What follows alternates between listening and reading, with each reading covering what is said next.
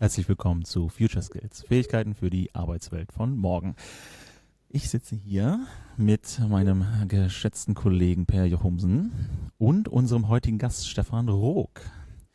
Mein Name ist Alexander Stein und wir werden euch heute in die Future Skills Umgebung der Teamkonzepte begleiten oder mit euch das Ganze erforschen. Hallo Stefan, hallo Per. Hallo. Hallo. Genau, Stefan, du bist nicht nur ein Experte in Sachen Teamkonstellationen, Teamkonzepte und Organisationsformen rund um Teams. Du hast auch neulich erst wieder ein Buch geschrieben mit dem passenden Titel und dem passenden Inhalt zur heutigen Folge, und zwar das Buch Innovative, agile Teamkonzepte. Stimmt das? Oder habe ich den Namen schon wieder versaut? Diesmal war es richtig. Genau so heißt das. Okay, lass uns mal direkt einsteigen. Und zwar, was ist denn das innovativste Teamkonzept, das du in deinen langen Jahren oder gerade in der jüngsten Vergangenheit erlebt hast? Also ich würde sagen, das Innovativste war das, was wir in dem Buch oder ich in dem Buch jetzt Floating Teams nenne. Da haben wir sozusagen 4 klassische Teams zusammengelegt, weil uns einfach nichts Besseres eingefallen ist. Und damit ein viel zu großes Team geschaffen. Ich glaube, da waren so 35 Leute drin, plus minus. Und die haben dann angefangen, sich User Stories zu gruppieren in kleineren Teams. Diese kleineren Teams haben wir hinterher Story Teams genannt. Da waren dann immer so 3 bis 4 Leute für 3 bis 4 Tage zusammen. Und eigentlich war meine Idee, dass wir dann beobachten, wer da so mit wem zusammenarbeitet und an welchen Themen und sich daraus dann neue Teamkonzepte ergeben. Aber diese Muster waren überhaupt nicht erkennbar. Was allerdings zu meiner Überraschung oder man kann fast schon sagen, ich war schockiert. Was passiert ist, dass die in einer unfassbaren Geschwindigkeit entwickelt haben. Und ich war schockiert, weil schien erstmal alles in Frage zu stellen, was ich für Naturgesetze gehalten habe. Nämlich, das ist also wahlweise hast du ja ein viel zu großes Team mit 35 Leuten, das kann nicht funktionieren. Oder sehr kleine Teams, die aber viel zu kurz zusammenbleiben, als dass sie wirklich Teams werden können. Also Synergieeffekte bilden und so. Ja, und man könnte noch als drittes anführen, die kriegst du doch nie synchronisiert, dann sind die einen nach einem Tag fertig mit der User Stories und die anderen sind nach 4 Tagen erst fertig. Was passiert denn dann? Straffe Planung. Und trotzdem ist dein Fazit, das war innovativ. Und war es nur innovativ oder war es auch funktionierend? Nein, du hast gesagt, die waren richtig produktiv und haben richtig was weggeschrubbt. Ja. Genau, und ich bin ja jetzt nicht mehr der Jüngste, also ich habe inzwischen gelernt und verinnerlicht, repariere nichts, was nicht kaputt ist. Also wenn das so geil funktioniert, dann mach das so weiter. Und es war tatsächlich so, dass also es startete, oder wir sind zur Hilfe gerufen worden, weil die ihr erstes großes Scrum-Projekt gemacht haben. Und das lief ganz gut an und dann war das im Grunde eine mittlere Katastrophe irgendwann. Also dann ging es nicht mehr vorwärts und sie wussten nicht so richtig, woran das lief. Wir haben dann das Projekt gestoppt, um das zu analysieren und dann nach der Beratung neu gestartet. Und meine Einschätzung damals war, ja, es gibt ganz gute Chancen damit, das Projekt noch zu beenden, aber auf keinen Fall zu dem ursprünglich geplanten Termin. So. Und die haben aber, wenn ich das richtig erinnere, den ursprünglich geplanten Termin nur 2 Wochen verpasst. Also das war nach dem Neuaufsetzen, glaube ich, noch 9 Monate. Also es war nicht nur ein bisschen Zeit noch übrig, sondern richtig viel. Und wenn ich es richtig in Erinnerung habe, haben sie vom Gesamtbudget noch 10 Millionen Euro gespart. Nett, mal essen gehen. Und von dem, was ich gehört habe, haben die noch lange danach immer noch nach diesem Schema gearbeitet, weil die das so geil fanden. Hast du miterleben können, also die Learnings daraus, wurde verstanden, warum das so gut funktioniert hat? Wir haben zumindest Hypothesen und die auch ein Stück validiert, weil wir mit ganz vielen Kunden hinterher auch drüber gesprochen haben und festgestellt haben, wir sind gar nicht die Ersten, die das gemacht haben. Und wir waren leider auch nicht die Ersten, die damit erfolgreich waren. Es haben viele Kunden ähnliche Sachen ausprobiert und teilweise sind die halt komplett gescheitert oder hatten eher so mäßige Ergebnisse. Und da haben wir jetzt so ein paar Hypothesen daraus abgeleitet. Die erste Hypothese ist, dass in der klassischen oder in der Forderung sozusagen nach dem klassischen agilen Team, wo wir sagen, wir wollen halt, dass die Teams langfristig zusammenbleiben und dass sie irgendwie 7 plus minus 2 Leute sind, dass wir in diesen 2 Eigenschaften 2 Dinge zusammengemischt haben, die man nicht zwangsläufig zusammenmischen muss. Wir wollen kleine Teams haben weil die Anzahl der Kommunikationsbeziehungen halt exponentiell wächst. Das ist auch so. Ja. Und wir wollen langfristig stabile Teams haben, weil die Teambuilding-Aufwände so hoch sind. Teambuilding-Aufwände lassen sich deutlich reduzieren, wenn unter den Leuten, aus denen wir die Teams bilden, wenn da drin bereits oder unter denen ein sehr hohes Maß an Vertrauen, psychologischer Sicherheit und Vertrautheit herrscht. Genau. Dann können die sich halt sehr schnell aufeinander einstellen und in dem Kontext war das so, weil die zwar vorher in verschiedenen Teams, aber alle auf derselben Fläche gearbeitet haben. Und dann ist es offensichtlich auch möglich, dass man innerhalb weniger Minuten ins Performing kommt und nicht erst wochenlang sich streiten muss. Das heißt auch sozusagen auseinandergepflückt, dieses Thema effizientes Kommunizieren funktioniert wirklich nur in sehr kleinen Gruppen oder Teams, wegen der exponentiellen Kommunikationsmuster oder dem exponentiellen Wachstum da. Aber ein Teamforming oder ein gutes Team zusammenwachsen kann einfach auch in größeren Gruppen funktionieren, weil es nicht nur davon abhängig ist, sondern andere Beziehungsweise, was Faktoren ich jetzt verstanden habe, ist, dass du dir für die Großgruppe eine saubere Basis brauchst, um dann halt effektive Teams tatsächlich rausformen zu können. Und das zwar in einer schnellen, repetitiven Art. Dann immer wieder. Genau, und das wird natürlich auch immer aufwendiger, je größer die Gruppe wird, aber das wird nicht ganz so schnell schlimm wie bei den Kommunikationsbeziehungen. Meine persönliche Vermutung wäre, dass in der Praxis irgendwo eine Grenze bei vielleicht 50 Leuten ist.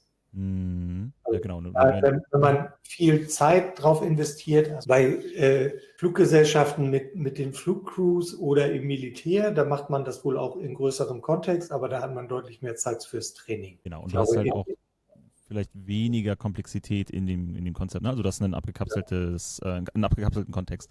Wir haben ja bei Softwareentwicklungsprojekten, bei Tech-Projekten halt viel mehr Neuartigkeit in dem Zusammenhang, also viel mehr Unsicherheit und Variablen noch mit drin, als selbst im militärischen Kontext, jedenfalls in der Vorausbildung. Ja. Und dann auch im Teambuilding. Genau. Okay. Und es gibt halt durchaus so ein Ding, glaube ich, was man einfach kritisch auch immer betrachten muss. Wir tendieren dazu, Leuten einen Vertrauensvorschuss zu geben, die so ähnlich sind wie wir selbst. Ja. So. Das heißt, die Teambuilding-Aufwände werden geringer, wenn wir möglichst ähnliche Leute im Team tun.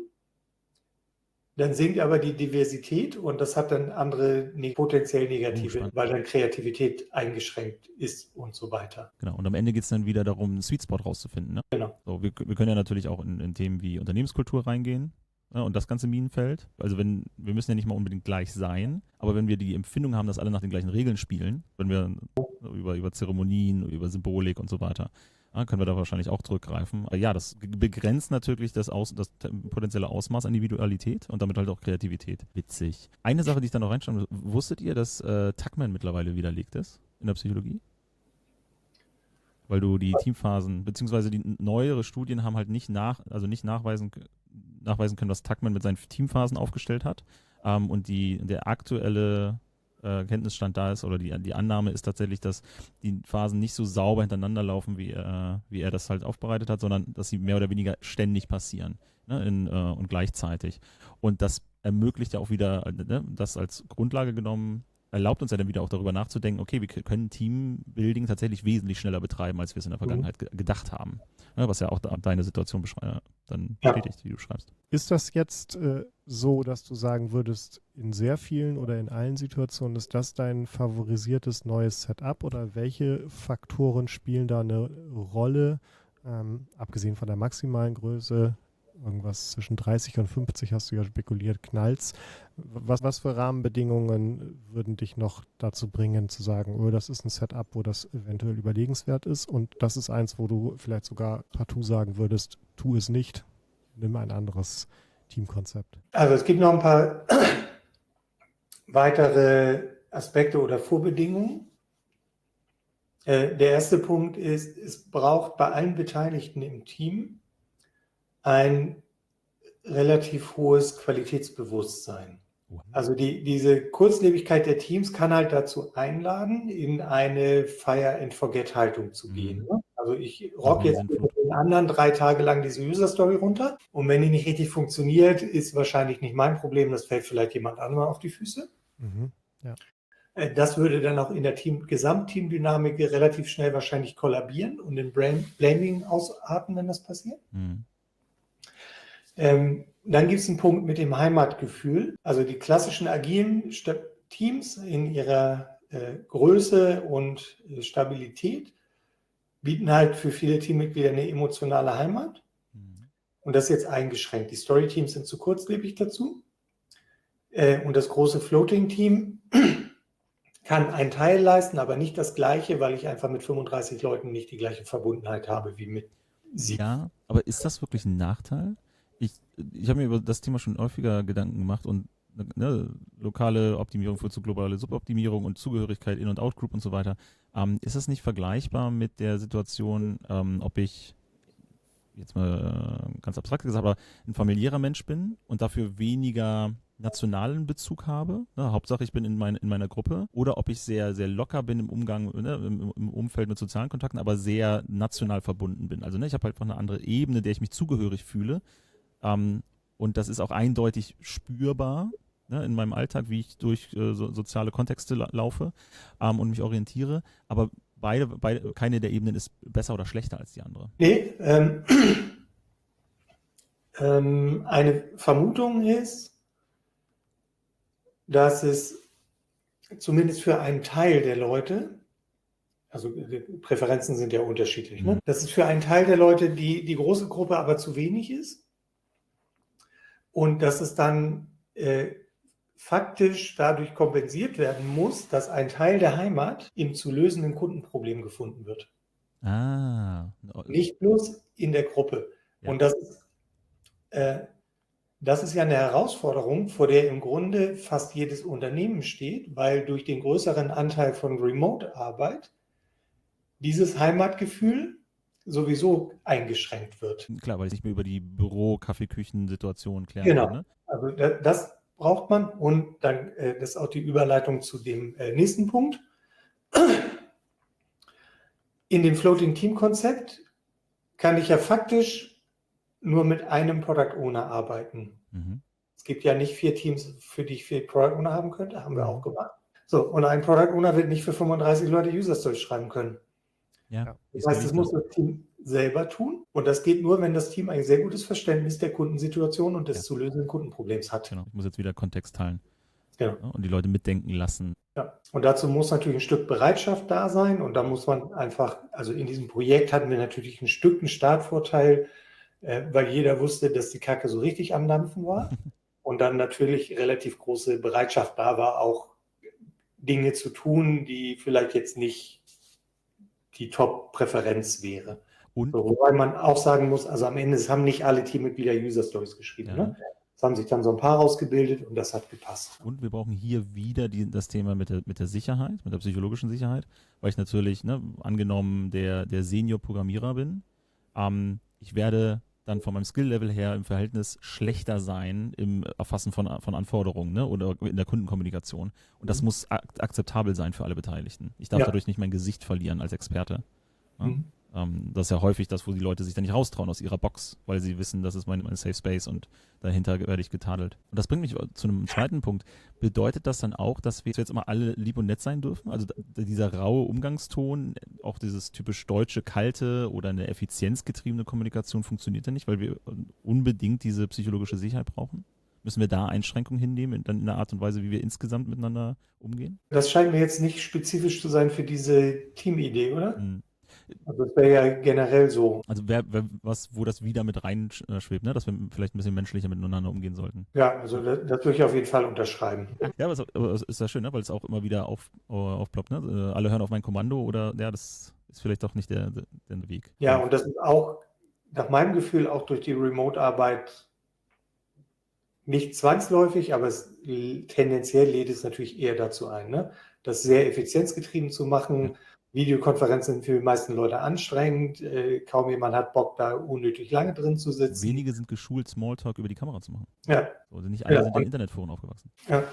Was auch spannend ist, wir haben witzigerweise mit dir ja tatsächlich noch Wir haben noch eine zweite Perspektive von dir vorbereitet. Wahrscheinlich weißt du noch gar nichts davon. Du weißt allerdings, wer der Sponsor der heutigen Folge ist. Und das ist nämlich IT Agile, dein Arbeitgeber bzw. die Firma, in der du auch bist, in der du beteiligt bist, aktiv. Und die hat eine kleine Botschaft an alle unsere Zuhörerinnen. Also eine der unangenehmen Wahrheiten, die man sich stellen muss, ist ja, dass das Verhalten meiner Mitarbeitenden am Ende das Ergebnis meiner Führungsarbeit ist. Das heißt, wenn ich da immer das Gefühl habe, die kommen nicht zu Potte, die übernehmen keine Verantwortung, ist es halt dummerweise in der Leadership-Rolle so, dass ich mir die Frage stellen muss, was trage ich dazu bei, indem ich Dinge tue oder nicht tue. Willst du auch lernen, wie du dein Leadership effektiv verbessern kannst? Dann lass uns gerne darüber reden in einem unserer Certified Agile Leadership Kurse bei IT Agile. Genau, wenn ihr also noch mehr mit Stefan zu tun haben wollt, ne? Vielleicht mit ihm noch in den Austausch oder auch von ihm was lernen möchtet, als es unser Format hier zulässt, dann kontaktiert ihn doch einfach über die Webseite von IT Agile, den Sponsor der heutigen Sendung. Wenn ihr selber mal Sponsor werden wollt oder uns anderweitig unterstützen möchtet oder einfach nur Feedback oder Kritik auch gerne in unsere Richtung werfen möchtet, dann schreibt uns eine E-Mail an info@agila-norden.de. Für alle, die sich wundern oder den Zusammenhang noch nicht kennen, der Agile Norden ist unser Verein, gemeinnützig, in dessen Rahmen wir diese Veranstaltung oder auch andere Reihen organisieren, wie den Agile Leadership Book Club oder die Scrum Masters HH.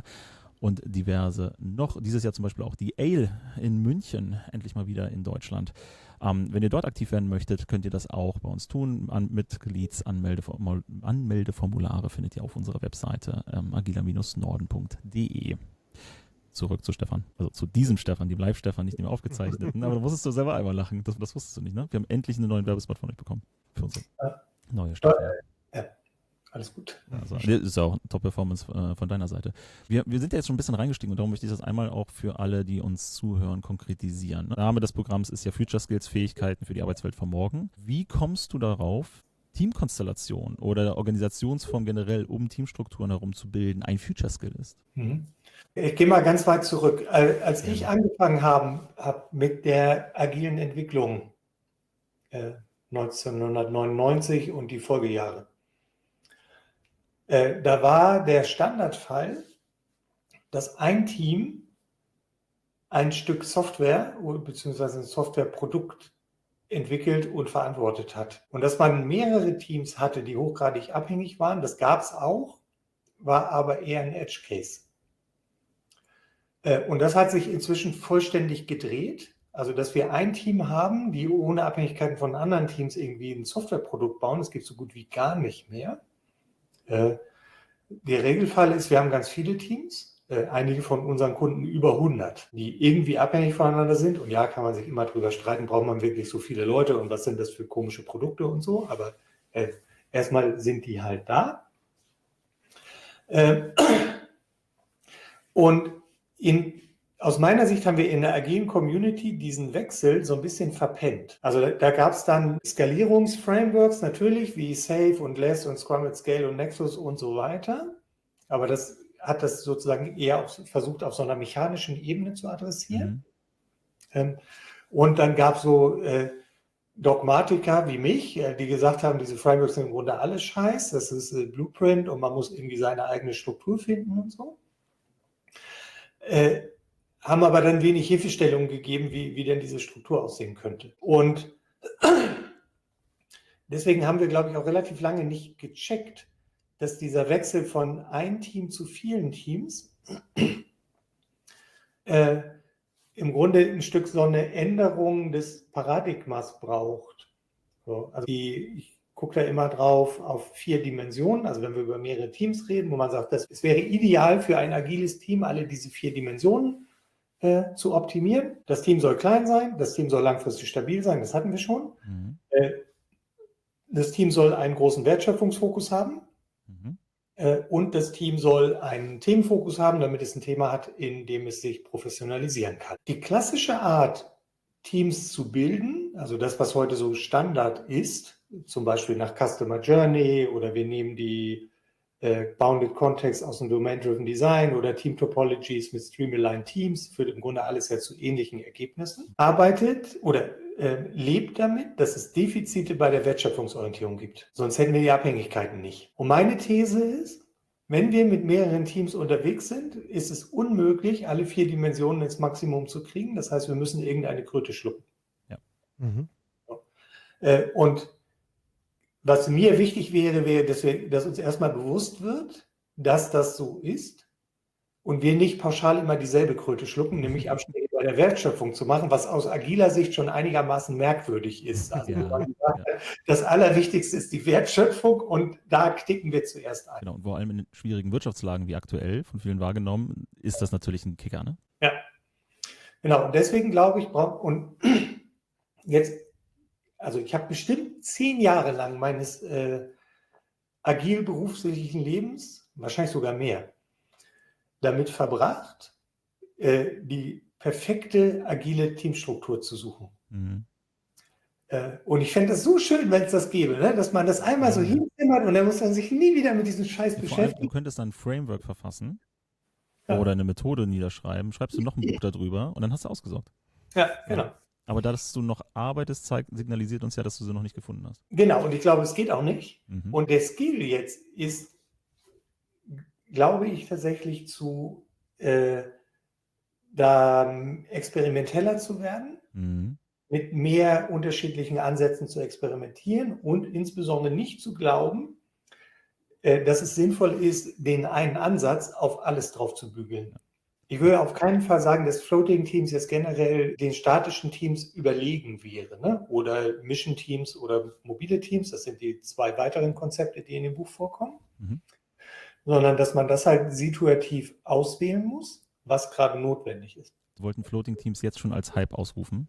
Jetzt hast du uns dazwischen gefuhrwerkt. Trotzdem könnte man wunderbar argumentieren, wir sind ja meistens im Komplexen unterwegs bei solchen mehreren Multidimensionsoptimierungsproblematiken, die du gerade schon geschildert hast. Ne? Insofern kannst du natürlich sagen, okay, wir können ja nur experimentell emergent irgendwie zu einer Lösung kommen im komplexen Habitat. Und dann setzen wir halt mit Floating Teams so ein Setup, die Experimentierbox, in der das passiert, ne? Und dass sich die richtige Konstellation irgendwie selber findet. Und ich hatte auch schon die Marketing-Sprüche im Kopf, ne? Also mit Floating Teams dann den Durchfluss zu optimieren und zu erhöhen und den ganzen Kram. Nochmal zurück zu meiner Future Skills Frage dann. Okay, da ein Haken dran, also das Erkennen von diesen Dimensionen, damit experimentieren zu können, ne, die Mechanik, die abstrakteren Mechaniken dahinter zu verstehen und sich nicht auf ein Teamkonstrukt zu versteifen, so, um halt wirklich das für den jeweiligen Kontext auszubalancieren und dann die optimale Konstellation zu finden. Für wen ist das dann ein relevanter Skill? Also müssen wir das tatsächlich auch allen Teammitgliedern beibringen? Oder reicht es, wenn wir das in Führung, Management, projektleitende Rollen reinpacken? Was ist da deine Meinung? Ich glaube, also wie immer, ne? Also es ist immer gut, wenn die Leute mehr wissen und mehr verstehen und so, aber ich glaube, primär würde ich das bei Führungsrollen sehen, je nachdem, wie das jetzt ausgestaltet ist, Scrum Master, Agile Coaches, auch Product Owner, Produktmanager oder andere Führungskräfte. Bei denen glaube ich, dass sie das in der heutigen Welt tatsächlich kennen sollten. Also einfach, also für mich war das ja auch so, ne, dass diese Beobachtung bei mir ein Dogma aufgebrochen hat und dadurch ja erlaubt hat, andere Dinge mal auszuprobieren, die ich mir vorher verboten hätte, weil ich gesagt habe, das kann auf keinen Fall funktionieren, das brauchen wir gar nicht testen. 2 Gedanken, die mir noch gekommen sind. Vielleicht kriege ich sie beide noch zusammen. Der erste ist auf jeden Fall, du hast davon gesprochen, dass es diese Verbundenheit braucht. Ansonsten laufen wir in Qualitätsprobleme eventuell rein. Und typischerweise, und ich fand es so schön, kleine Randnotiz, dass jetzt das wiederholte Mal in kurzer Zeit, dass wir hier agiles Vorgehen als klassisch bezeichnet haben, ne? So alt. Das war nur nebenbei gemerkt. Typischerweise, also ne, vor agilem, ne, wenn wir sequenziell die Teams schneiden, ne, zum Beispiel ein Qualitätsteam hinten ranpacken, dann haben wir das natürlich, weil es immer Fire and Forget über den Zaun geschmissen und wir laufen in dieses Problem rein. Löst sich das bei dem fluiden Konstrukt nicht eigentlich selbst auf, weil ich ja davon ausgehen muss, dass ich in der nächsten Konstellation wieder auch Altcode oder Altprodukt, ne, eine Voriteration von jemand anderem übernehmen muss? Ne? Oder muss ich da tatsächlich noch zusätzlich Mechaniken und Verständnis anfüttern und antrainieren? Weil du musst ab irgendeinem Punkt in der Entwicklung, also vielleicht nicht ganz am Anfang, aber irgendwann muss man sich bei solchen und ähnlichen Konzepten brauche ich ja eine Idee davon, wer übernimmt die langfristige Verantwortung, und das bedeutet dann halt Wartung, Bugfixing, vielleicht auch Betrieb. Und da ist dann ja tatsächlich also ist es aus meiner Sicht wichtig, dass zumindest ein ausreichend hohes Risiko besteht, dass mir schlechte Arbeit, die ich geleistet habe, selber auf die Füße fällt. Also irgendeine Form von Rotation. Also in dem Floating Team Konzept gibt es ja die Story Teams, und man könnte halt sagen, für einen Zeitraum von beispielsweise 2 Wochen gibt es 3 oder 4 Leute, die nicht in Story Teams gehen, und die kümmern sich nur um Bugfixing, Wartung, Betrieb. Und die rotieren. Genau. Und das heißt, irgendwann fällt mir das selber auf die Füße, und dann habe ich wahrscheinlich einen Anreiz, da keinen Unsinn zu treiben. Oder Unsinn ist es ja nicht, ne? Aber nicht genug Aufmerksamkeit auf Qualität. Genau, da schludrig zu werden, so, weil es interessiert mich, weil für mich sind ja dann, also es müssen Konsequenzen für jeden ersichtlich sein, ne, so dass der Anreiz da ist, ne, Incentive-Systeme dann entsprechend installiert sein, dass ich auch gute Arbeit mache und tatsächlich aufmerksam und auch an die Nachwelt denke, weil das könnte mich betreffen. Ich habe gerade schon überlegt, ob das dann einfach so in die Teamvereinbarung eingebacken wird, ja, dass wir nicht verraten, wer nachher den Maintenance-Part übernehmen wird, sondern das irgendwann aus dem Topf ziehen und deshalb alle mit Angstschweiß da sitzen und deshalb bessere Arbeit machen, weil es sie ja treffen könnte. Ja, auch denkbar. Braucht es, das ist ja auch in der agilen Szene ja auch ein heiß diskutiertes Thema, braucht es deiner Meinung nach dafür einen übergreifenden, wirklichen Purpose, also ein zweckgebundenes Verständnis, warum wir da arbeiten, und vielleicht auch einen höheren Zweck? Oder reicht halt so eine Form von Connectiveness, nenne ich es mal, also Verbundenheit zu der Arbeit, sodass halt eine langfristige Sichtweise entsteht? Kommt darauf an, was man unter Purpose versteht, ne? Also ich hatte ja argumentiert, dass die Leute, also die Teammitglieder, eine sehr große Nähe zu lösenden Kundenproblemen brauchen. Und zumindest in dem Kontext hat das getragen. Also es gab keinen darüber hinausgehenden Purpose. Ja. Aber Extrembeispiel vielleicht nicht alle wollen in der Rüstung arbeiten. Aber auch da gibt es IT-Projekte. Und häufig werden ja vor allem in den Bereichen, ne, wie Rüstung oder sowas, wo wir dann moralisch in der Grauzone sind, die Projekte auch klein gespalten, damit keiner sich verantwortlich fühlen kann, ne, für die Drohnentechnologie und sowas. Da wird es ja dann schwierig, wenn ich dann überhaupt einen höheren Zweck aufzubauen, der wirklich die Leute auch motiviert, geschweige denn, und selbst wenn die Leute dadurch motiviert wären, halt solche Technologien zu entwickeln, habe ich es strukturell sogar noch so runtergebrochen, dass niemand sehen kann, was sein Teil des großen Ganzen ist. Würde das dann nicht bedeuten, wir haben eine grundsätzliche Einschränkung für dieses Konzept der fluiden Teams? Könnte sein, habe ich so noch nicht drüber nachgedacht.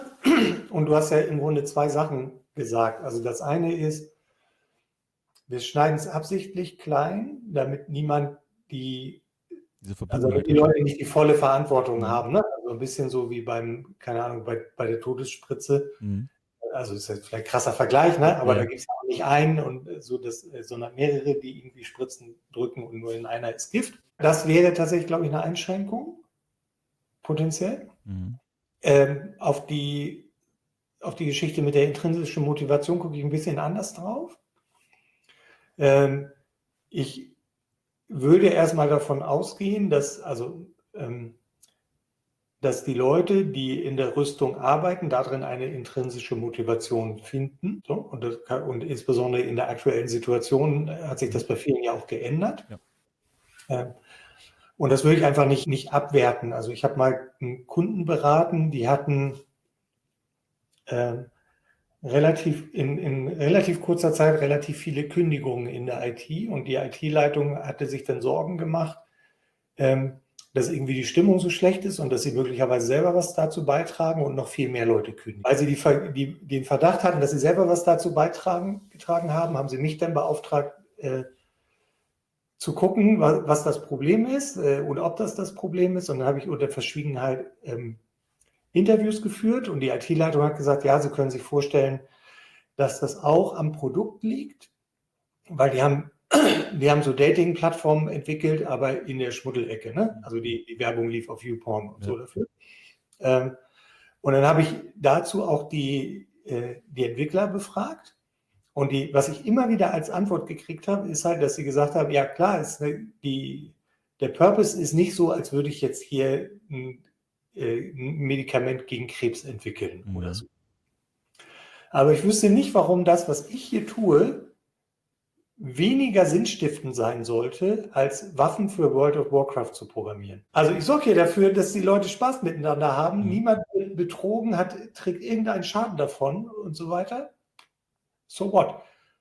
Und für mich war das tatsächlich auch überraschend, weil also in meinem Kopf hatte ich das so ein bisschen abgewertet, ne? Mhm. Das, was die da machen. Und dann einfach zu sagen, nee, also die Perspektive ist ja völlig valide. Ja, und es gibt in der Regel halt Perspektiven. Und es braucht, ne, das vielleicht auch festzuhalten, es braucht nicht dieses hehre Ziel, ne, das manche auch immer so fordern. Und ich will wissen, warum ich jetzt für diese Firma arbeiten soll in diesem Produkt. Und es muss, ne, Weltfrieden vorantreiben oder Gerechtigkeit erhöhen. Und es gibt andere Ebenen, ne, und Spaß an der Freude oder, ne, Leuten eine gute Zeit zu ermöglichen oder auch kleine Probleme zu lösen, ist legitim und kann diese Verbundenheit spenden, die halt wieder für Qualität im Produkt sorgt, ne, und bestimmte Konzepte halt ermöglicht. Weil andersrum kann ich mir jetzt schon wieder vorstellen, wie einige sagen, ja, wir sind hier in der Versicherungsbranche. So, das ist halt leidenschaftslos. Hier werden die Leute mit Geld bezahlt, so, da können wir dann solche Konzepte nicht machen. So, was ja Quatsch ist, auch da wird es wahrscheinlich funktionieren. Genau, und deswegen fand ich, also als du das Wort Purpose in den Mund genommen hast Stefan ja auch gleich gesagt, je nachdem, wie man das so interpretiert, ne? Weil die Welt retten können wir nicht alle in unserem Berufsleben, ne? Aber irgendwie das Gefühl haben, wir tragen irgendwie was Kleines oder Mittleres oder Winziges oder Größeres irgendwie Sinnvolles zu einem Kontext bei, der irgendwie auch Sinn ergibt, ne? Also selbst bei einem langweiligen, also auch bei einer langweiligen Versicherung kann ich sehr wohl mir vorstellen, dass jemand sagt, naja gut, Versicherung ist ja erstmal ein solidarisches Prinzip so ein bisschen, ne? Im Schadensfall bist du abgesichert und sowas und das muss ja dann auch funktionieren und das Unternehmen, was das managt, muss da auch was tun, ja, darf damit auch Geld verdienen, also kann alles verargumentiert werden, ne? Ja. Richtig schwierig wird es, wenn du weißt, ich mache hier jetzt gerade ein Projekt, was für die Tonne ist. Ne? Weil alle wissen, wir programmieren hier und das wird nichts werden. Wir sitzen, und ich habe das in der Dotcom-Blase indirekt erlebt, ne? Wir sitzen hier und haben Venture-Kapital und wir programmieren eifrig vor uns her und die Wahrscheinlichkeit, dass am Ende das Ganze in der Tonne landet, was wir hier programmieren, es geht gegen 100%. Mhm.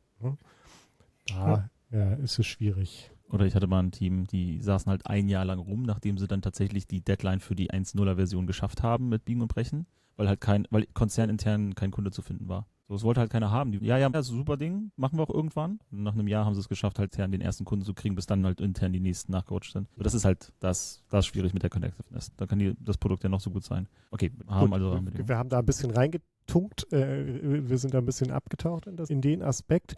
Du hast zwischendurch gesagt, Stefan, dass in deinem Buch du noch 2 andere Teamkonzepte vorgestellt hast. Außer Floating Teams, was wir jetzt, glaube ich, schon einigermaßen verstanden haben, auch wenn nicht von allen Seiten beleuchtet, bestimmt nicht. Wer das für sich noch vertiefen möchte, wir verlinken das Buch. Sei das Buch empfohlen. Genau. Willst du vielleicht noch kurz sagen, was du noch für andere Teamkonzepte aufgegriffen hast und was deren Daseinszweck ist? Das zweite Konzept nenne ich Mission Teams. Und mechanisch ist es so ein bisschen verlangsamtes Floating Team oder eigentlich stelle ich es immer andersrum dar und stelle erst Mission Teams vor und sage dann, Floating Teams sind wie Mission Teams auf Speed. Bei den Mission Teams gibt es als Basis irgendeine stabile Struktur, also das könnten jetzt so klassische, stabile, agile Teams sein oder irgendwas anderes.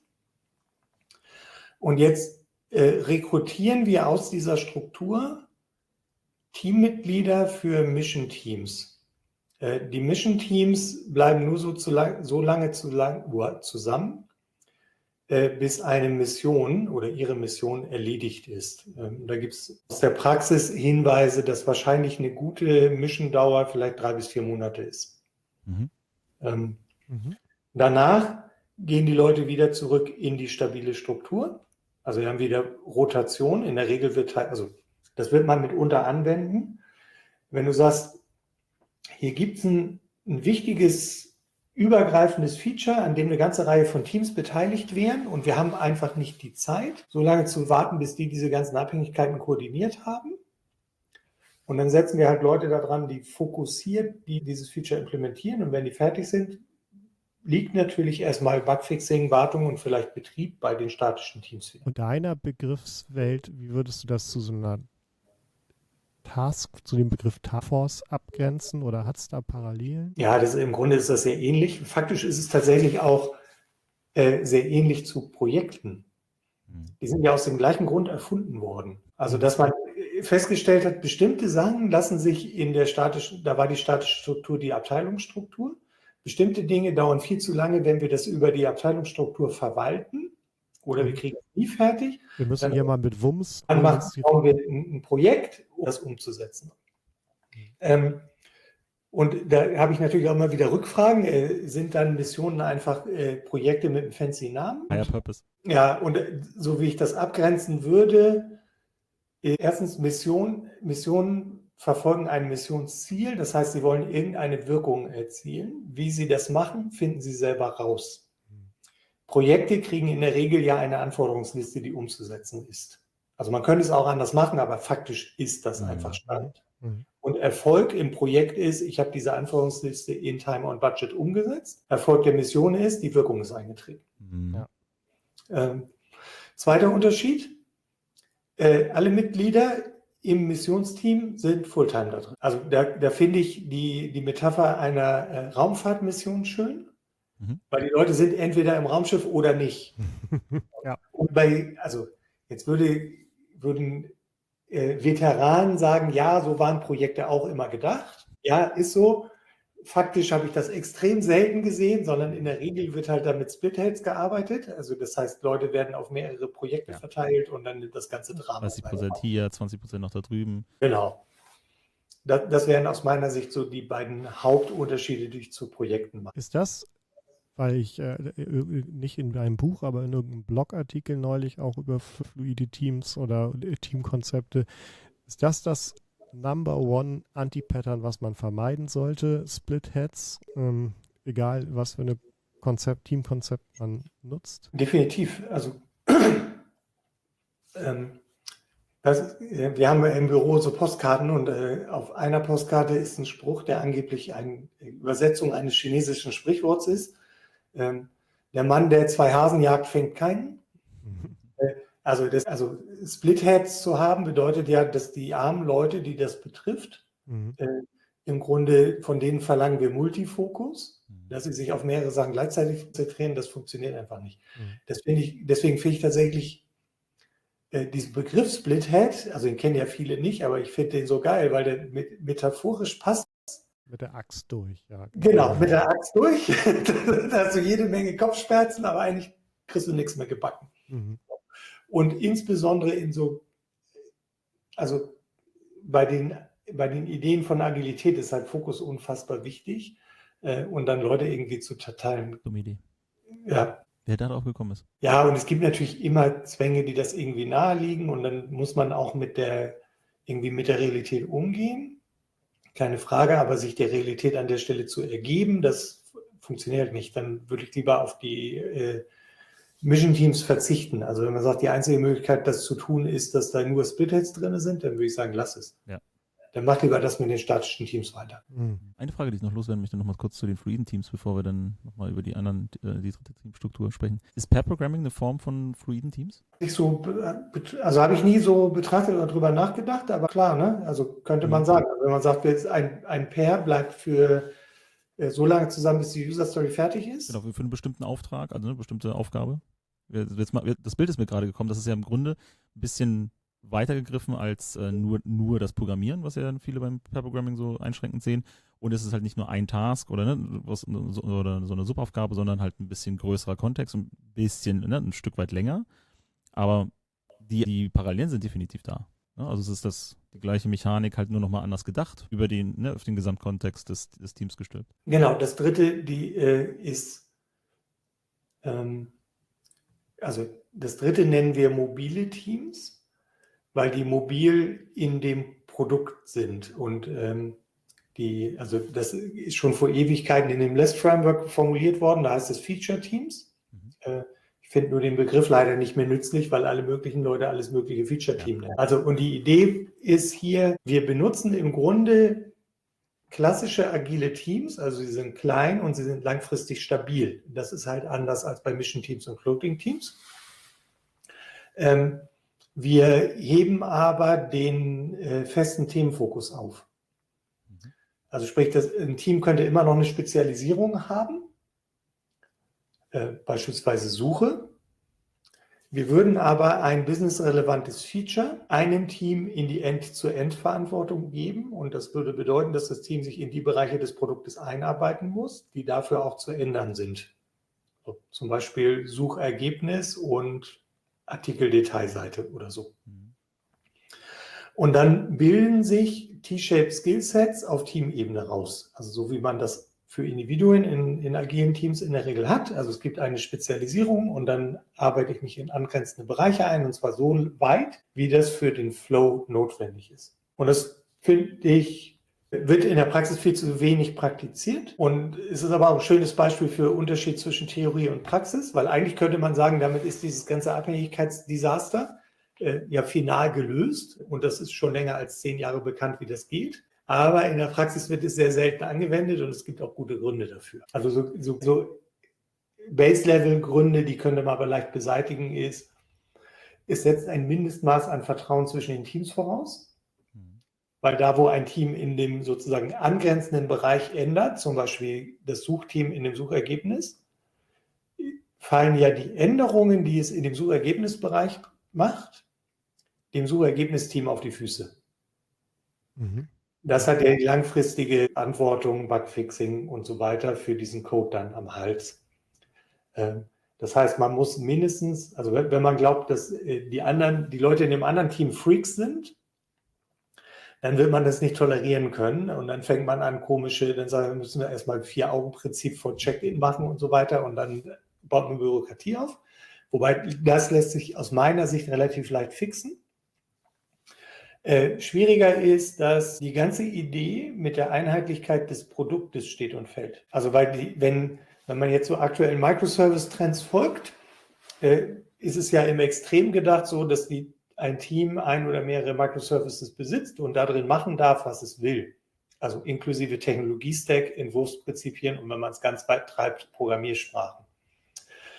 Und dann ist irgendwann Schicht im Schacht, glaube ich, weil das dann nicht mehr in realistischer Zeit zu erlernen ist. Das heißt, das Team wird dann mit seiner Einspezialisierung, das T auszuformen, dauert einfach ewig und ist jedes Mal eine lange Lernreise. Und jetzt, ich glaube, so richtig weiß noch niemand, wohin die Reise geht, aber an der Stelle sehe ich durchaus Chancen, durch KI. In welcher Form? Naja, ich habe viele, viele Jahre früher in Java programmiert und ich könnte das immer noch, also nicht in der aktuellsten Version, aber sozusagen in der Version, die damals üblich war. Ich habe keine Erfahrung damit, beispielsweise in C# zu programmieren. Ich kann aber C#-Code lesen. Sprich, wenn jetzt der Bereich, in den ich mich einarbeiten muss, in C# geschrieben ist, kann ich den verstehen, weil die Programmiersprachenparadigmen halt faktisch dieselben sind. Und dass ich den Code nicht schreiben kann, dabei könnte die KI mir helfen. Also das ist total drollig, weil es gab vor, keine Ahnung, 15, 20 Jahren mal so eine wilde Idee des polyglotten Programmierers. Also jemand, der eine ganze Reihe von Programmiersprachen fließend beherrscht. In der Praxis ist das nie aufgegangen und es liegt auch, also hat wahrscheinlich 1000 Gründe, aber ein Grund ist auch einfach, dass Technologie über die Zeit nicht einfacher geworden ist. So, jetzt hat man noch 1 Million JavaScript-Frameworks am Hals. Ne? Die hatten wir vor 20 Jahren so nicht. Lass uns mal kurz bei den Einflüssen von KI bleiben. Inwieweit wird deiner Meinung nach, wir sind ja, KI ist ein Hype-Thema zum Zeitpunkt der Aufnahme. Es hat sich noch nicht konkret herausgebildet, wo wir KI auch langfristig massentauglich einsetzen werden. Es wird viel experimentiert. Die Killer-Applikation ist noch nicht so da. Aber in der breiten Masse sind wir uns, glaube ich, mehr oder weniger einig, dass es Einflüsse haben wird auf Teamkonstellation und Zusammenarbeit in den Konstrukten. Was ist deine Einschätzung? Wie wird KI und vor allem auch KI-Agenten in diese Teamkonstellation reinspielen? Ehrlich gesagt habe ich keine Ahnung. Ich bin mir tatsächlich auch nicht so, ich glaube, ich gehöre nicht zu der breiten Masse. Okay. Also ich bin mir nicht so sicher, wie groß am Ende der Effekt sein wird. Und da sehe ich da haben wir wieder einen Bezug zu Future Skill. Ich glaube, im Moment ist sozusagen der Bereich der möglichen Zukünfte extrem breit. Also es könnte sein das stellt hier alles vollständig auf den Kopf und alle Entwickler verlieren ihren Job. Es gibt nur noch einen Scrum Master und 5 Kriegeragenten pro Team. Genau, genauso gut könnte das sein, dass man sagt, die eigentliche Wertschöpfung machen, die werden noch produktiver, aber den ganzen Overhead braucht man nicht mehr. Das heißt, alle Manager, Scrum Master und Product Owner verlieren ihren Job. Das ist nur noch KI und die operativ wird nur noch mit echtem Personal gearbeitet. Und genauso gut könnte das aus meiner Sicht passieren, dass wir am Ende so ein Goldrausch-Szenario haben. Das heißt, die reich geworden sind die Chippen verkauft haben, also die Hersteller der KIs. Faktisch tritt der Nutzen aber nicht ein, also irgendeine Blase ist zerplatzt. Und die Studien, die ich kenne, die wenigen, die es gibt, konnten bisher ja nicht wirklich nachweisen, dass es irgendwo einen massiv großen Effekt gehabt hätte. Weder für Individuen beim Prompting noch bei der eigentlichen Entwicklung. Und es könnte sein, dass das noch passiert. Und ich gehöre halt nicht zu denen, die jetzt sagen, ich glaube, dass XY passiert. Ich habe keine Ahnung. Und unser Gehirn sucht gerne diese Sicherheit, also Schwierigkeiten damit, diese ganzen Zukünfte gleichzeitig auszuhalten. Das ist aber, glaube ich, gerade ein Future Skill im Leadership, das zu ermöglichen und insbesondere auch den Beteiligten dabei zu helfen, mit ihrer Angst umzugehen. Ja. Weil es gibt ja Szenarien, die dazu, also im Grunde kann niemand 100% sicher sein, dass es seinen Job in 5 Jahren noch gibt. Genau, wir wissen, einer wird seinen Job verlieren. Und jetzt müssen wir Wetten abschließen. In dem Goldrausch-Szenario verliert niemand seinen Job, außer die Leute, die bei OpenAI arbeiten. Oder andersrum.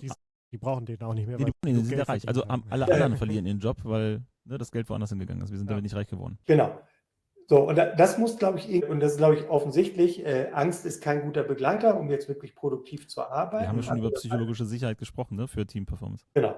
Das heißt, das muss man irgendwie hinkriegen, damit umzugehen. Und klar, also auch wenn dieses Goldrausch-Szenario denkbar ist, darf das, glaube ich, auch nicht dazu führen, dass man es ignoriert und hofft, dass es irgendwie wieder weggeht oder an einem vorbeigeht. Ne? Also man muss sich damit beschäftigen. Ich glaube, mit Unsicherheiten aushalten, ne, und das als Leadership auch im Leadership halt auch vorleben, und das ist entscheidend, auch insbesondere sich dann auch noch auf die Unsicherheit auch noch eine Zeit lang auszuhalten und zu sagen, wir stellen uns auf mehrere Zukunften ein, ne? Und wir schießen uns nicht auf das geht schon vorbei, die Welle sitzen wir ein, sondern wir bleiben am Ball und lernen mit, damit wir auf mögliche Zukünfte eingestellt sind. Und wäre das am Ende nicht sogar ein weiteres Argument für Konstrukte wie fluide Teams?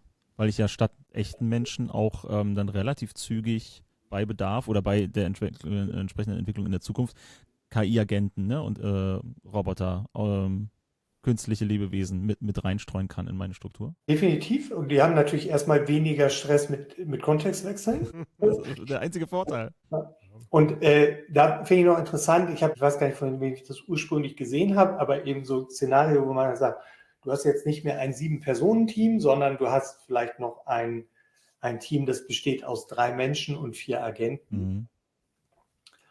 Keine Ahnung, ob das irgendwann mal tatsächlich realistisch möglich ist, aber wenn das möglich ist, fände ich das tatsächlich seltsam, das so zu tun, weil meistens sind die Probleme, die wir haben, ja sogenannte In-Between-Probleme. Also wenn ein Team nicht performt, liegt es selten an einem Individuum, sondern an der Interaktion der Teammitglieder. Ja. Wenn mehrere abhängige Teams zusammen nicht liefern, liegt es selten an einem Team, sondern an der Interaktion.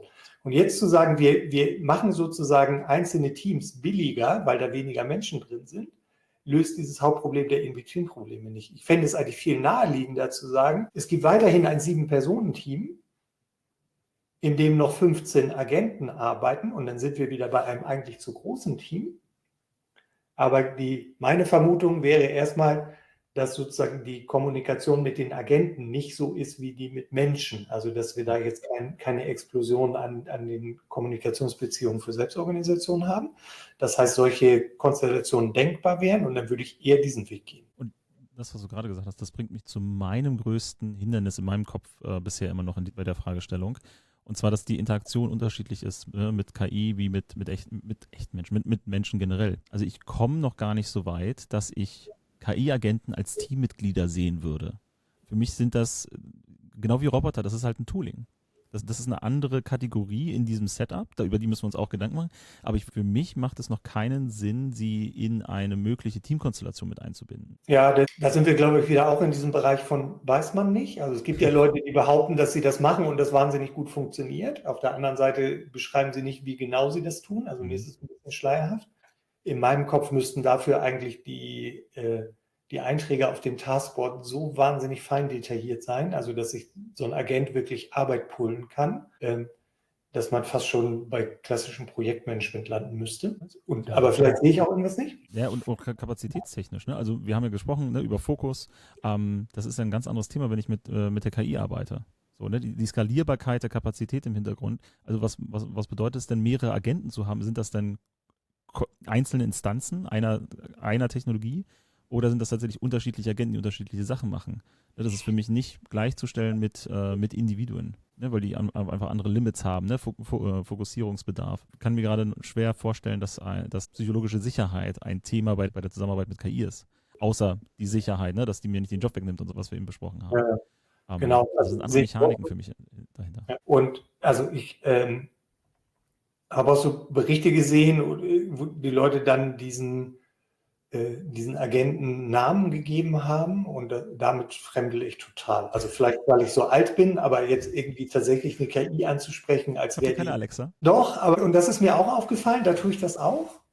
So, aber bei Teammitgliedern, also wenn die wie Agenten handeln, tue ich mich schwer damit, das so zu vermenschlichen.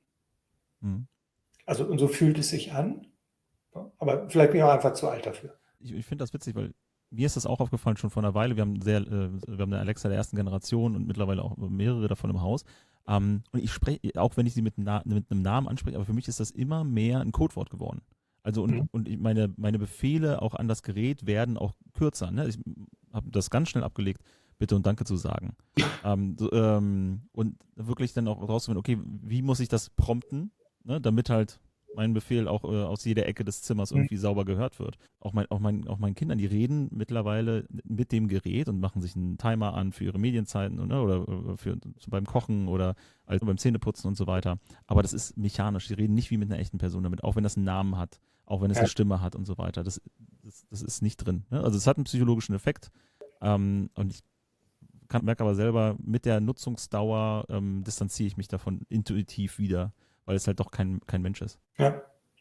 Und es kann sich ja alles noch ändern und weiterentwickeln, ne? Aber wenn ich finde auch die Art der Interaktion lädt nicht dazu ein. Also wenn ich jetzt irgendeiner KI über Prompting sagt, hier, ich habe eine Idee für eine neue Schulung, hilf mir eine Struktur zu machen, ist das Erste, was sie sagt, ey, das ist ja eine geile Idee. Das ist so, ey, du hast keine Ahnung, ich weiß nicht, ob das eine geile Idee ist, du schon mal gar nicht. Hör auf mit dem Scheiß. Vor allem müssten wir den Zynismus und sowas, also wirklich menschlich, ne, das, was ich an meinen Teammitgliedern so mag, die ganzen Marotten da rein programmieren. Das ließ Genau, das fällt schon auf. Man sieht sofort, wer die KI ist, weil die einfach zu nett ist. Ich habe leider auf die Uhr gucken müssen und festgestellt, dass wir leider zum Schluss kommen müssen. Wir werden aber in unserem letzten Segment, für das wir uns doch noch ein paar Minuten nehmen, noch einmal kurz auf dich und deine persönlichen Future Skills eingehen. Weil die Frage ist ja jetzt, ist für dich das Thema Teamstrukturen jetzt damit abgeschlossen oder hast du schon weitere Schritte auf dem Zettel? Also wird noch ein Buch kommen? Wirst du noch ein paar Cases veröffentlichen? Hast du eventuell auch Kunden, die du anwerben möchtest, weil du dort mal in die Teams reingucken möchtest? Gibt's da noch was weiteres, was dich gerade umtreibt? Oder wartest du quasi auf den nächsten Case, der dir über den Weg läuft? Also was wir machen, ist, dass wir bei Kunden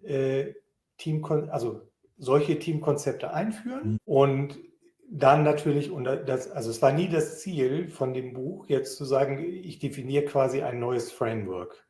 Es gibt diese 3 Teamkonzepte, sondern ich habe immer versucht, das so darzustellen, dass es idealerweise hilft zu inspirieren und sozusagen den Möglichkeitsraum zu öffnen, um dann eigene Dinge zu finden. Und bei dem, was unsere Kunden jetzt ausprobieren mit unserer Hilfe, dabei lernen wir auch total viel. Also zum einen lernen wir besser, was auch so Schwierigkeiten sind. Wir haben bei 2 Kunden, die gerade Mission Teams ausprobieren, stellen wir fest, die sind viel, viel produktiver als das, was sie vorher hatten.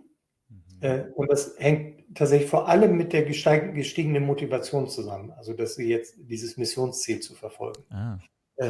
Dass es aber Schwierigkeiten gibt oder Herausforderungen, die Teammitglieder hinterher wieder zu resozialisieren, also quasi wieder in die statischen Strukturen zu bringen. Ja. Die Gründe sind wohl unterschiedlich bei den Kunden. Bei einen hat das damit zu tun, dass die jetzt eben diese anderen sozialen Beziehungen aufgebaut haben und die nicht wieder loslassen wollen. Und bei dem einen Kunden einfach, dass sie sagen, ey, das ist so geil, so fokussiert an dieser Mission zu arbeiten, ich möchte das eigentlich dauerhaft beibehalten. Ist das eventuell auch langfristig eine Schwierigkeit oder ein Future Skill, den man dann wieder entwickeln muss in der Organisation, diese Motivation vor allem bei Missionsteams aufrechtzuerhalten, dass das halt nicht langweilig wird oder sich auslutscht? Ja, glaube ich schon, dass man da einfach auch offen sein muss und auch offen sein muss dafür, dass man sagt, jetzt vielleicht ist im Moment Mission Teams genau das, was wir brauchen und das funktioniert total geil. Mhm. Und irgendwann funktioniert es vielleicht nicht mehr geil. Und dann probiert man vielleicht wieder was anderes aus und vielleicht landet man wieder bei statischen Teams für eine Weile. Und muss aber die Resozialisierungskosten, die du gerade angesprochen hast, auf dem Schirm behalten, eventuell anfangen. Genau, und die sind, es gibt auch andere Berichte, wo das nicht so krass war. So. Da sind die Leute froh, einfach mal aus diesem High-Productive-Umfeld wieder rauszukommen, ein bisschen wieder Energie zu tanken und dann ein paar Wochen später wieder neu zu starten. Könnte auch passieren. Also da sind wir im Moment dabei, einfach das noch stärker anzuwenden. Also alle Fälle, die in dem Buch beschrieben sind, haben wir in der Realität auch vorher schon gesehen. Aber das macht schon noch einen Unterschied zu, ich beobachte etwas und interpretiere da bestimmte Dinge rein, weil natürlich in dem Modell nicht die vollständige Realität vorhanden ist. Wenn ich dann das konstruktiv anwende, dann habe ich halt die Chance, noch bestimmte Dinge zu sehen, wo vielleicht die Modelle noch blinde Flecken haben. Dass es so anspruchsvoll ist, die Leute zu reintegrieren, das war bei mir ein blinder Fleck, der ist in dem Buch thematisiert. Und vielleicht sehen wir bei den Experimenten, die wir oder die Kunden machen, dann auch noch ganz andere Teamkonzepte, die dann vielleicht in einer zweiten Auflage.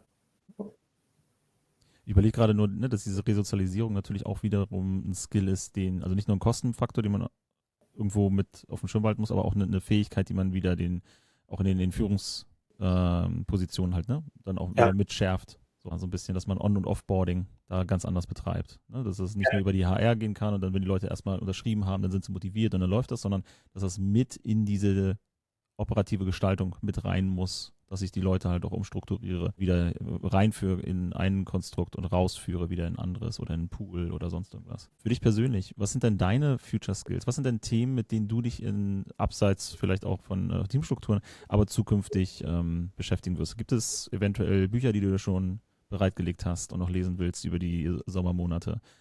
Konferenzen, die anstehen oder auch, was ist die nächste Trainingsmaßnahme, die du gebucht hast? Was sind für dich gerade heiße Themen? Also ich habe keine Trainingsmaßnahme gebucht. Ich beschäftige mich im Moment mit KI, wobei für mich funktioniert die persönliche Weiterentwicklung am besten quasi on the job. Also wir haben jetzt so eine neue Schulung am Start, die im September das erste Mal stattfindet, wo KI auch eine Rolle spielt. Und so richtig tiefgehend mit dem Thema beschäftigt habe ich mich halt jetzt vor diesem Hintergrund der Schulung. Ne? Also das ergibt für mich mehr Fokus, als zu sagen, ich versuche jetzt irgendwie random KI als Ganzes zu lernen oder so.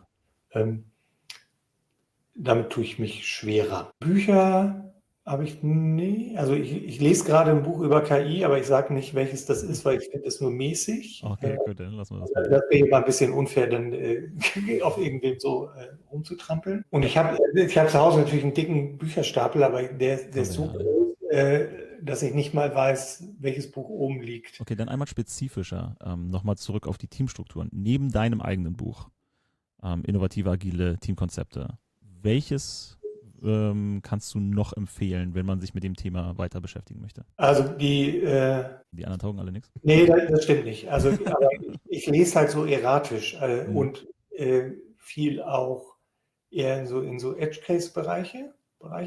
Also Dynamic Reteaming passt halt da gut erstmal zu. Keine Frage. Und dann sind so Bücher, die ich sehr empfehle. Es gibt ein Buch, das heißt X-Teams oder Cross-Teams. Mir ist ein bisschen unklar, wie das ausgesprochen werden soll. Das kennt fast niemand. Das fand ich aber total spannend, weil es eben nicht nur der 0815-Kram ist, sondern auf ein paar Sachen hingewiesen wird, wo andere, die sonst nicht so thematisiert sind. Also die argumentieren insbesondere, dass erfolgreiche Teams mannigfaltige Verbindungen zu Kunden und in die Organisation brauchen. Und das ist halt dann nochmal anders, als zu sagen, wir schotten das Team von der Organisation ab und haben nur irgendwie einen Product Owner als Eingangskanal. Also das halte ich auch für Blödsinn, so, aber dieses X-Team und das Buch basiert auf Fallbeispielen. Also es sind nicht Theorie, sondern einfach Beobachtungen aus der Praxis, was bei großen Unternehmen gut funktioniert hat und was nicht so gut. Okay, spannend. Cool. Und damit muss ich jetzt leider an Per übergeben. Wir bringen die Sendung zum Abschluss. Ja, ich darf Danke sagen, Stefan, für deine Einblicke in das Themenfeld. Vielleicht habt ihr da draußen, die ZuhörerInnen, ZuschauerInnen, da was mitgenommen für euch und seid jetzt ganz neugierig auf das Buch oder krempelt euer Unternehmen gleich als nächstes oder reflektiert, das ist glaube ich ja im Wesentlichen die Idee, reflektiert darüber, was für euch ein hilfreiches Setup sein könnte und wie ihr euch euer Team-Setup weiterentwickeln könnt. Wir geben dir keine Flasche Wein aus, du kriegst auch keine Pralinen, sondern wir pflanzen einen Baum für dich, Stefan, als kleines Dankeschön, dass du heute dabei warst. Und du den zweiten ja sogar schon. Den Stefan war zweiten schon mal in einem sogar, anderen genau. Format und hast du wieder gleichgezogen mit dem Bruder. Der Rock hat tatsächlich die meisten Bäume bei uns bekommen. Witzigerweise. Genau, das schicke ich dir im Nachgang per PDF. Da müssen wir nicht auf Papier und mit Bildern rumreichen. Sehr schön, Dankeschön. Genau. Danke, Per. Auch von meiner Seite. Danke, Stefan, dass du dabei warst. Das war sehr spannend, sehr inhaltsreich und ich hoffe, viele von den Zuschauerinnen konnten da das eine oder andere mitnehmen und werden was ausprobieren in Richtung neuer Teamkonzepte, innovativer Ansätze. Einfach mal ein bisschen mehr rumspielen und sich mit denen auch ein bisschen abstrakter mit den ganzen Aspekten und Mechaniken auseinandersetzen, um da individuell für den jeweiligen Kontext dann das passende neue Format zu finden. Ja, Per, danke dir, Stefan. Gruß geht auch raus an Tim Schneider, der heute nicht vor der Kamera dabei ist, beziehungsweise heute nicht bei uns im Studio, aber natürlich aktiv bei uns mitarbeitet. Und vielen Dank auch an alle, die heute zugeschaut, beziehungsweise gerade zugehört haben. Wir sehen uns in der Arbeitswelt von morgen. Bis dann.